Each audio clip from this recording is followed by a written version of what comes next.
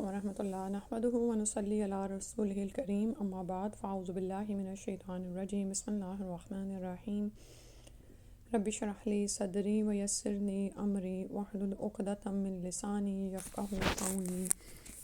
حصن المسلم میں آج صفحہ نمبر 152 سے پڑھنا ہے۔ سفر کے دوران میں تسبیح اور تکبیر ہم پڑھ رہے تھے کہ جس پہ ہم نے پڑھا کہ سیدنا جابر رضی اللہ عنہ فرماتے ہیں کہ جب ہم اونچی جگہ پر چڑھتے تو اللہ اکبر کہتے اور جب نیچے اترتے تو سبحان اللہ کہتے۔ اب اس میں اگلی دعا ہے، مسافر جب صبح کرے تو اس کی دعا سمیع سامع بحمد اللہ وحسن بلائہ علینا ربنا صاحبنا وافضل علینا عائذا باللہ من النار۔ سنا سننے والے نے اللہ تعالیٰ کی تعریف کو اور ہم پر جو اس کے اچھے انعامات ہیں۔ اے ہمارے رب ہمارا ساتھی بن جا اور ہم پر فضل فرما۔ ہم یہ دعا آگ سے اللہ کی پناہ طلب کرتے ہوئے کر رہے ہیں۔ پھر ہے سفر میں یا سفر کے بغیر کسی جگہ ٹھہرے تو یہ دعا پڑھے، اعوذ بکلمات اللہ التامات من شر ما خلق۔ میں اللہ تعالیٰ کے کامل کلمات کے ساتھ اس کی مخلوق کے شر سے پناہ چاہتا ہوں۔ سبحان اللہ۔ آپ یہ دیکھیں گے یہ دعا تو ہم صبح و شام کی دعاؤں میں پڑھتے ہی ہیں، تو بس اب یہ یاد رکھیں کہ اگر سفر میں یا سفر کے بغیر اگر کسی جگہ پر ٹھہریں تو یہ دعا پڑھ لیں، کیونکہ بعض اوقات ایسا ہوتا ہے کہ ایسے سنسان ویران جگہوں پر انسان کو ٹھہرنا پڑتا ہے سفر کے دوران، جہاں پر انسان کے علاوہ کوئی اور مخلوق بھی بستی ہو سکتی ہے، یعنی اور جو ہمیں نظر بھی نہیں آتی، ٹھیک ہے۔ تو اللہ تعالیٰ کے کامل کلمات کے ساتھ اسی مخلوق کے شر سے اللہ کی پناہ میں آیا جائے۔ سفر سے واپسی کی دعا، جب رسول اللہ صلی اللہ علیہ وآلہ وسلم کسی جنگ یا حج سے واپس تشریف لاتے تو ہر بلند جگہ پر 3 مرتبہ اللہ اکبر کہتے، پھر یہ دعا پڑھتے،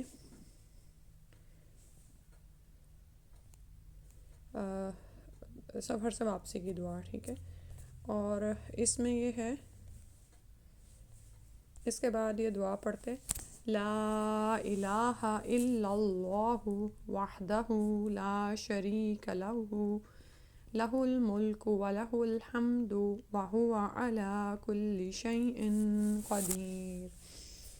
آئبون تائبون عابدون لربنا حامدون، صدق اللہ وعدہ ونصر عبدہ وہزم الاحزاب وحدہ۔ ترجمہ ہے، اللہ کے سوا کوئی معبود برحق نہیں ہے، وہ اکیلا ہے، اس کا کوئی شریک نہیں، اسی کی بادشاہت ہے، اسی کے لیے تمام تعریفیں ہیں اور وہ ہر چیز پر قادر ہے۔ ہم واپس آنے والے ہیں، توبہ کرنے والے ہیں، عبادت کرنے والے ہیں اور اپنے رب کی تعریف کرنے والے ہیں۔ اللہ نے اپنا وعدہ سچ کر دکھایا اور اس نے اپنے بندے کی مدد کی اور اس نے اکیلے ہی لشکروں کو شکست دوچار کر دیا۔ اور اس میں آپ یہ دیکھیں کہ کچھ الفاظ وہی آ رہے ہیں جو کہ صفا اور مروہ کی پہاڑیوں پر رک کر بھی پڑھے جاتے ہیں۔ پسندیدہ یا ناپسندیدہ معاملہ پیش آنے پر کیا کہے، جب آپ صلی اللہ علیہ وآلہ وسلم کو کوئی اچھی خبر سننے کو ملتی تو فرماتے، الحمدللہ الذی بنعمتہ تتم الصالحات۔ ہر قسم کی تعریف اس اللہ کے لیے ہے جس کی نعمت سے نیک کام پورے ہوتے ہیں۔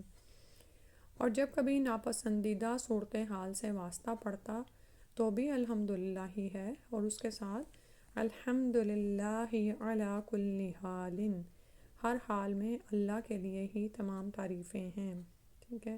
یہ بھی دعا یاد کر لیں، کیونکہ جب نعمت ملتی ہے یا کوئی آپ سے آپ کی طبیعت پوچھے اور وہ اچھی ہے تو الحمدللہ، لیکن اگر کچھ ویسے مسئلہ ہے یا کچھ ہے تو پھر الحمدللہ علی کل حال، یعنی اللہ جس بھی حال میں رکھے تمام تعریفیں اسی کے لیے ہیں، یعنی اللہ سے تو شکوہ کسی حال میں نہیں، ٹھیک ہے۔ رضیت باللہ ربا وبالاسلام دینا وبمحمد نبیہ۔ یہی دراصل اس کی عملی مثال ہے۔ نبی صلی اللہ علیہ وآلہ وسلم پر درود و سلام پڑھنے کی فضیلت۔ رسول اللہ صلی اللہ علیہ وآلہ وسلم نے فرمایا، جس شخص نے مجھ پر ایک دفعہ درود پڑھا، اللہ تعالیٰ اس پر 10 رحمتیں نازل فرمائے گا۔ اور فرمایا، میری قبر کو میلہ گاہ نہ بنانا اور تم مجھ پر درود بھیجو، بے شک تم جہاں بھی ہوگے تمہارا درود مجھ تک پہنچ جائے گا۔ ٹھیک ہے، تو درود پڑھنے کی کتنی فضیلتیں ہیں، تو ہم دن میں ایک تسبیح تو ضرور ہی کریں، اور اگر اتنا بھی نہیں کر سکتے تو فجر اور مغرب کے ساتھ 10 بار پڑھنے کو لازم پکڑ لیں۔ اور اسی طرح جیسے اس دن ہم نے حج کے موضوع پر بھی جب کتاب پڑھ رہے تھے تو یہی پڑھا کہ اللہ کے رسول صلی اللہ علیہ وسلم اس بات سے ڈرتے تھے کہ ان کی قبر کو میلہ گاہ نہ بنا لیا جائے۔ ٹھیک ہے، یعنی وہاں پہ پہنچ کے درود و سلام پڑھنا، بھیجنا، یا لوگ اس طرح بھجواتے ہیں نا، تو فرمایا کہ تم جہاں بھی مجھ پر درود بھیجو گے تمہارا درود مجھ تک پہنچ جائے گا۔ اور کون پہنچائے گا؟ فرشتے پہنچائیں گے۔ ٹھیک ہے، اور فرمایا، وہ آدمی بخیل ہے جس کے پاس میرا ذکر ہو اور وہ مجھ پر درود نہ بھیجے۔ اور آپ صلی اللہ علیہ وآلہ وسلم نے فرمایا، اللہ کے کچھ فرشتے ایسے ہیں جو زمین میں چلتے پھرتے رہتے ہیں اور میری امت کا سلام مجھے پہنچاتے ہیں۔ اور فرمایا، جب بھی کوئی شخص مجھے سلام کہتا ہے تو اللہ تعالیٰ مجھے میری روح لوٹا دیتا ہے، حتیٰ کہ میں اس کے سلام کا جواب دیتا ہوں۔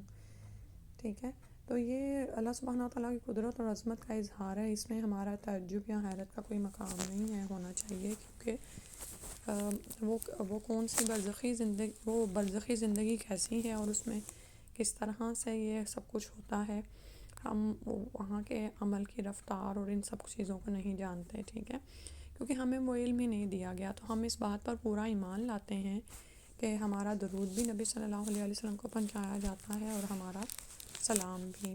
سلام کا پھیلانا۔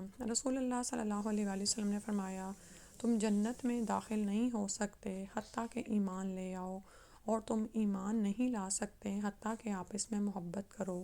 کیا میں تمہیں ایسی چیز نہ بتلاؤں کہ جب تم اس کا اہتمام کرو گے تو باہم محبت کرنے لگ جاؤ گے؟ اپنے درمیان سلام کو عام کرو۔ تو بعض اوقات ایسا ہوتا ہے کہ گھروں کے اندر ہی ہمارے یعنی کچھ ایسی چپکلش یا کشمکش چل رہی ہوتی ہے کہ بعض اوقات ازواج ایک دوسرے سے ناراض ہیں، بعض اوقات والدین اور بچے ایک دوسرے سے ناراض ہیں، اور کیا ہے کہ بعض اوقات یعنی جیسے بعض اوقات جوائنٹ فیملی سسٹم میں کچھ ایسے مسائل پیدا ہو جاتے ہیں، تو باہم محبت پھیلانے کے لیے کیا ضروری ہے؟ ایک چھوٹا سا کلمہ، اتنا بڑا تحفہ ہمیں دیا گیا ہے کہ آپ سلام کر دیں۔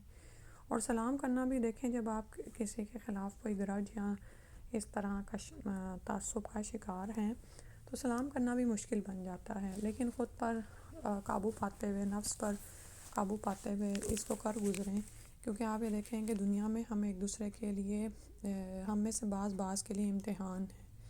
ٹھیک ہے، تو یہ امتحان تو ہوگا، تو اس میں کامیاب ہونا ہے نا، کیونکہ آپ یہ دیکھیں کہ جب دو آدمیوں کے باہم تعلقات خراب ہوتے ہیں اور انہوں نے رہنا بھی ایک ہی گھر میں ہے، تو ہر وقت ایک باہمی کشمکش سی چلتی رہتی ہے، جس کی وجہ سے انسان اپنی زندگی کے اعلیٰ و رفع مقاصد پر اور بعض اوقات اپنی عبادات پر بھی فوکس نہیں کر پا رہا ہوتا۔ ٹھیک ہے، تو ضروری ہے کہ اور اس کے بے شمار فائدے ہیں، یعنی میں نے آپ کو ایک چھوٹی سی چیز بتائی ہے، تو سلام کو پھیلایا جائے۔ اور اسی طرح جیسے آج کل ایک ہی گھر میں رہنے کے باوجود لوگ اپنے اپنے ڈیوائسز پر ہوتے ہیں، تو مت بھولیں کہ جب آپ ایک دوسرے کے سامنے آئیں تو ضرور سلام کریں، اس کلمے کو عام کریں۔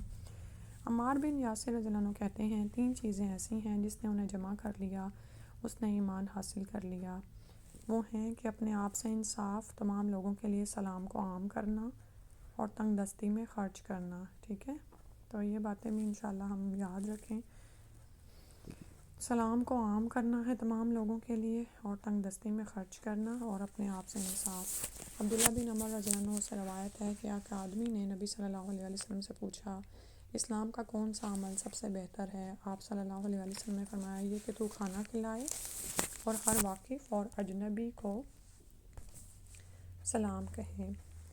پھر بتایا کہ کافر اگر سلام کہے تو اسے جواب کیسے دیں؟ رسول اللہ صلی اللہ علیہ وسلم نے فرمایا، جب تم اہل کتاب یعنی یہودی یا عیسائی تمہیں سلام کہیں تو انہیں کہو وعلیکم، اور تم پر بھی، یعنی اتنا ہی کہہ دو۔